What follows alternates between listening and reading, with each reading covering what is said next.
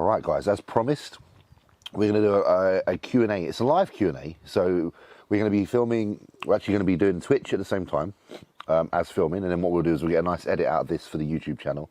So with that being said, we can obviously highlight perhaps some of the more intriguing questions, the ones that require a little bit more of a depthy answer, and perhaps ones that are more likely to be acknowledged online. So we've got both things going on. The chat's just started. A couple of friends have jumped in. I've got a guy in the chat, Neil Dunny in the chat. You wish I was in the jacuzzi. He said, Shed in the jacuzzi. They're taking the mick out of me saying he's going to be in a hot tub soon on the old Twitch. So I asked everyone on the Instagram earlier to just get firing over some questions, obviously on the stories. And I've had a massive response. I think like 2,500 people have seen that story. God knows how many questions there are, but there is a lot. So I'm gonna have a little browse through. We're in free flow. We'll edit the video after and make it obviously nice and neat. You guys are gonna have to suffer with me in live time, because obviously I'm gonna read through these questions as we go through. I'm gonna see what's good and pick out the ones that seem to be great. I'm gonna definitely shout out the people to send them as well to make sure they know that their question's the one being answered. It's kind of the least I can do that people have taken the time out of the day to send a question over. So yeah, so we'll start with a really simple question right now, because one's just come up on the live, because I will deal with the live ones as they come in. A very simple question, which is to do with the gym I train in, which is how far is the other Kings compared to Croydon? Obviously, I train at a gym called King's Gym, which you've seen in the videos. You would have seen that I've trained in 2 different King's gyms. We have one in Croydon, which is the regular, which I train in a lot. But in the latest videos, I've been training in the Mitcham branch, which is literally just a 20-minute drive from Croydon. So they're both South London, both very central, very easy to get to with public transport. So if you guys ever want to come down to King's, you have a choice of the 2. We get many people visit from places like Brighton and stuff and come up on a train and have a session. So yeah, if you want to come to any of the Kings, they're very, very easy to get to. We have got a 3rd one opening, which will be opening in Crawley at the end of the month, I believe. So that's another one that's in London as well, soon to be taking over. Let's have a look for some bodybuilding questions to see if we can get anything out here. There is loads of gaming questions as well, of course. People love to ask that stuff. But I will have a look at those as well, because we're going to cover all bases. I know it's Redcon channel, but at the same time, you guys are interested in a matter of things. It's not just about the bodybuilders, it's about the person behind the bodybuilding, I suppose. So, yeah. All right, so let's have a browse. First and foremost, one at the top, let's go for this. Why do coaches employ other coaches to coach them? Right. So this is something that many people kind of don't get. They kind of wonder why. They kind of think, isn't it surely you're just recycling information off the person who you've hired? Like all things in life, that is the case for some, but then it's not for others. There are many people out there trying to expand their knowledge, wishing to expand their knowledge, and the only way really to do that is via, you know, reading or learning off another person yourself. I've coached people in the past, and I was always being coached. I've always thought it's a great idea to get coached, because I think you have infinite knowledge you can learn, infinite experience you can share. And it doesn't mean that you're just going to, you know, cookie cutter the person who's teaching you and pass it on.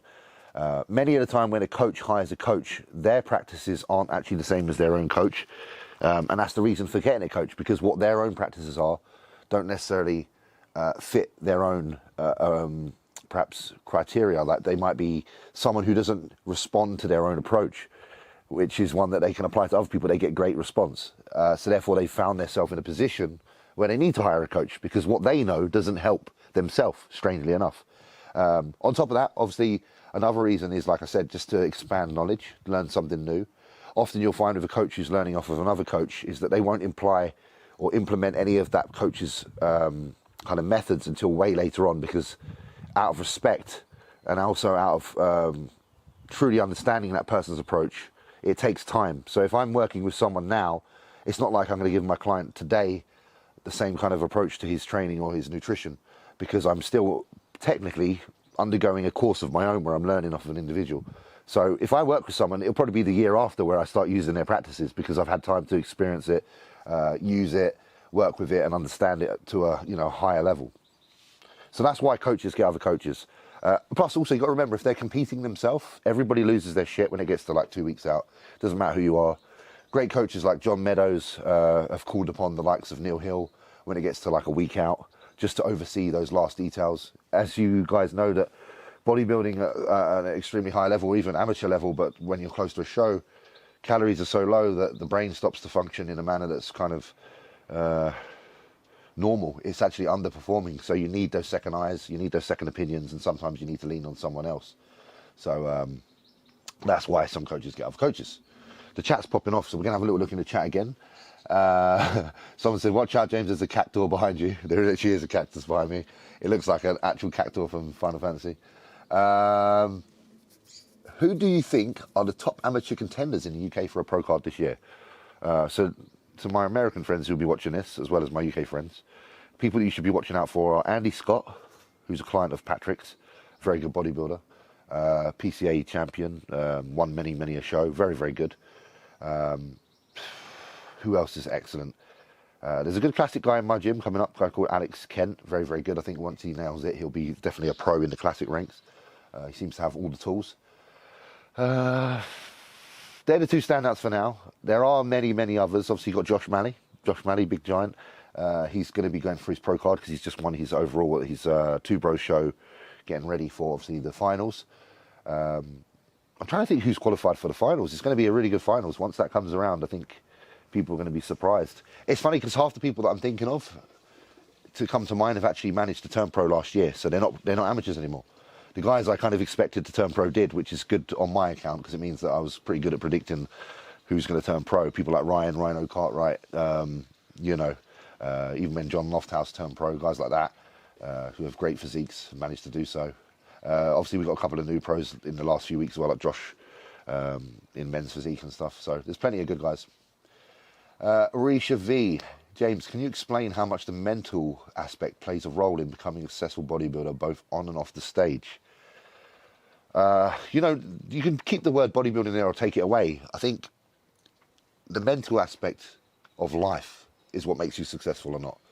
You know, whether you are doing bodybuilding or not, any endeavor you kind of pursue is going to have a certain amount of difficulty to it. And whether it's a physiological difficulty or a mental difficulty, an emotional difficulty, so whatever it may be, it's going to be a weight in one way or another.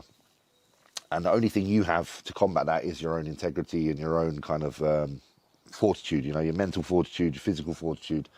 And the only way you really can build that is by going through trials and tribulations, having losses, having wins, losing again, bouncing back. Because to be prepared, you have to have experienced it. The only way that you can be prepared for anything is to have been through it. I reflect on, last year being quite tough year and the year before with losses of like family members and stuff like that.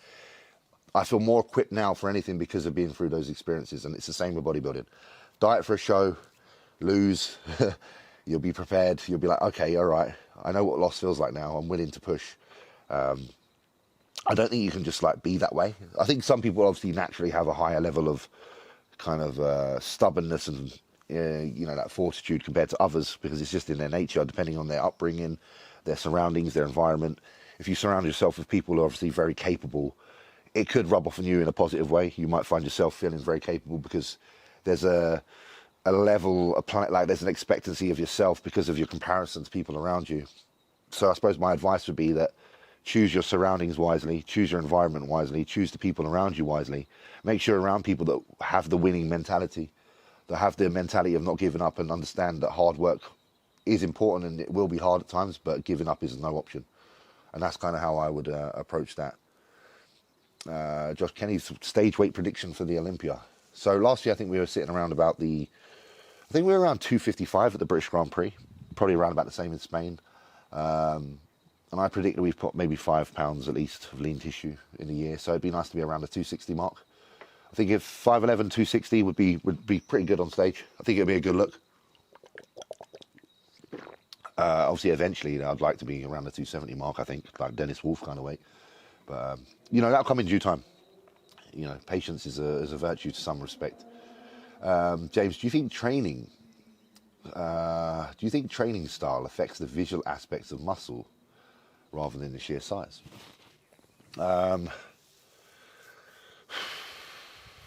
Obviously, at the end of the day, any way that you treat something, there's a response. So how you train will lead to a certain result. And I think there are many ways in which to achieve a good physique, which may actually look different than what you could have been depending on your approach. Someone that's training in a very low rep range, very intense, very long rest periods, could look very different to someone who has extremely short rest periods, perhaps has more metabolic work in their workouts, and keeps heart rate elevated. To say what difference would be between the physique, I can't say. I wouldn't know unless you did a trial on the same individual perhaps twice. But I definitely believe that it would lead to a different look, whether it be beneficial for certain muscle groups and less beneficial for others, and vice versa. So, some of these heavy compound lifts, you might notice that a particular individual has a certain density to their physique. But then you notice someone who does a lot of metabolic work has a lot of volume and a lot of separation to their physique. I don't think training alone, I don't think training of any style will lead to the exact same result. I do think it is a variable. People don't consider it one, but I would consider it one for sure. What exercise this is from FlexJ, so I'm meant to be calling out the people that are doing these messages just so you know you've been answered. So this is from FlexJ. What exercise would you recommend for the middle traps, middle back, if you find it hard to target? For me, it's like a mid-height row with like an overhand grip. So if I was using like a low row cable pulley with a straight bar, and literally just like kind of not worrying about keeping my elbows too tucked, allowing them to flare slightly and just retract. You want to be able to get that retraction in the upper back, pull that scapula back, drive hard and pull the elbows through.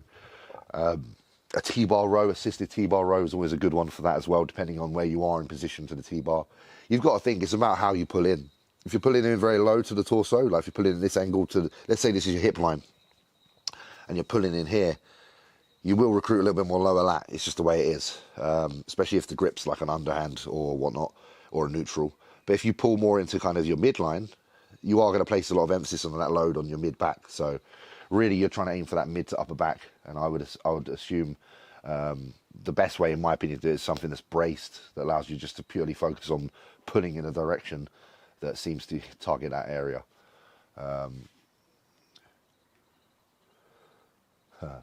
Sorry, my OCD's kicking in. Yes, I know. This is nice. Sorry, guys. Just having a little catch up with some of the people in the chat. So we're going to go into the Instagram again. I'm just going to go back and forth because literally I can show you guys. It's like I could scroll for probably a couple of minutes. There's that many questions. So let's get them in. This is a funny one. Why don't you dye your beard black and get on stage as the British Blackbeard? I don't know. It seems to be the trend in Dubai right now. I think everyone's dyeing their beard black. Maybe if I have a little visit over there before my next show, I might end up doing it because friends might take me to the barbers. But I can't see black hair on a beard suiting me. Not with my complexion. Let's just say a little bit pale for that. It could suit me. Who knows? But I think it'd be pretty obvious. Best hamstring exercise. This is from Oliver Walton. Best hamstring exercise to save lower back outside a seated lying curl. Seated or lying curl. Standing curl's fine if you do it with correct form. The only issue with a standing curl is if you're throwing your hips into it, you're going to pull with your lower back. Ideally, what you want to do is try and aim to have a straight body when you're doing your standing leg curls. You don't want to be. Let me just stand up and show what I mean by this, because this is just easier to demo. So what happens is a lot of people, when they get onto the, obviously the standing curl, obviously the machine's like this, and what happens is they lean back and their bum's going like that, and they curl like that. There's a lot of tension going from my lower back there. You want to actually tense your glute, keep your body straight, knee forward, and just curl up. If you even do that, just stand there with no weight, you're going to feel your hamstring a lot more than doing this. Because what they're doing, they're cheating by shortening the range of motion between their hip and their calf. But at the same time, they're pulling a lot of lower back into it. So you need to avoid that. So a straight-bodied single leg standing curl is an excellent move. But also a dumbbell lying curl is a great one as well, because you can't use your lower back because you're pressed against the bench. So if you brace yourself against the floor or a bench and you do these lying dumbbell curls, you'll notice that no lower back gets involved. Yeah, that's my opinion on that. Do you have a recovery protocol such that includes ice baths or therapeutic methods? Time is muscle. Do you know what I've come to realise lately is that if I have a deep tissue, or if I have a sauna, or anything like that, I end up being fucking sick the next day. I think what I've come to realise, I've been talking to one of my friends who's kind of clued up on certain aspects of the human body, and I think I was underestimating how sensitive the lymphatic system is, and how present it is in the body, and how it's basically everywhere. And if you look at the lymphatic system from a highlighted standpoint, it's literally everywhere, under every muscle, in every muscle, and very much easy to interfere with. And I think every time I get a deep tissue or a sauna or anything like that, I end up actually causing issues to my system, especially when I have deep tissue and the pressure on it. Overly massaging certain areas, causing inflammation. I get headaches, I get sweats, I get nausea, get lower back pain, hip pain, like things that I shouldn't be getting. So I'm kind of avoiding them right now. There's only certain people that I will allow touch my body because they're really, really clued up. Obviously, like Simon Hook, who's a physio that I used a lot last year. He's one person that I would definitely advocate the use of, because he's never aggressive in his approach. He only uses a certain amount of force, and it's more accuracy than anything. I think if you go into physios that are really applying heavy amounts of force to your body, majority of them don't have a clue what they're doing, and they're just trying to impress you with strength. And that's the truth, unless they're really, really accurate and understand the human body, I would personally fuck them off. And that's just my own opinion. Get yourself someone who actually understands the human body and knows the lymphatic system and how not to irritate it, because I've had I was sick for 4 days after my last massage, guys. I don't blame, the person that done it, but my body's not really down for that shit at the minute. Do you think it's worth using PEDs if you weren't going to bodybuild? I'm considering a light cycle to overcome limitations from a shoulder tear that I prefer avoiding injury on. So I'll be honest, guys. This is a valid question. It's not like I'm telling you use anything or not. I'm very much under my opinion on anabolics is this: if you're over 35 and your testosterone levels are starting to diminish to a degree, then I think hormone replacement is a fantastic thing. I do think, however, if you're not planning on being a competitive bodybuilder that's going to find some sort of financial gain from it, that is a bit of a waste of time, because there is risks, like anything, and I don't think people consider them risks when they're young, because you don't realise life is kind of fleeting. Like when you're in your 20s, it's so easy to be like, oh, I'll just do it. I was the same. I was the first person to be like, oh, I don't give a shit, I'll deal with it later. Now I'm 32, which still isn't old, but my mindset is absolutely the other end of the continuum. I'm a lot more cautious now. So that's why if you ask me my advice now, I would be a lot more hesitant to say, yes, just go and do that. That's why I don't coach. People ask me why I don't coach. The main reason why I don't coach is because I do not wish to tell someone they should take anabolics. And that's just the way I am. I refuse to be the person that says, you want to look like Ronnie Coleman, then part of it is about taking the drugs. And that, as true as that is, it's not something I'm happy to be at the other end of saying. So, with that one, personal preference, bro. Like, listen, you just got to be your own man on such a decision. All I would say is just be sensible, and don't overdo anything. So, what is... James, I'm 170 pounds and trying to be 200 pounds ASAP. How should I be training and eating? This is from Amid Khan. So if you're 170 pounds and trying to be 200, how long have you been 170 pounds for? Like, have you been that weight for a long time? If you've been that weight for a long time, so if you've been that weight for a long time, then calories need to be increased. That's the bottom line. If you've reached that weight from being 160 pounds over a course of a matter of weeks, then you're on an upwards trajectory. And if you're on an upwards trajectory, then I wouldn't change anything yet. So, it all depends on your experience up to that point. If you've had a good experience up to that point where weight has been something you've managed to put on, then don't change a thing. Only change things when you start to find it gets stale, or you start to literally hit a plateau. Plateaus are the time when you have to start changing things. Record everything you do. Take the data. Keep an eye on your weight, keep an eye on your strength, keep an eye on your nutrition. That way, when it does get to a sticking point, you know that there's things you can change. And that's my advice on that.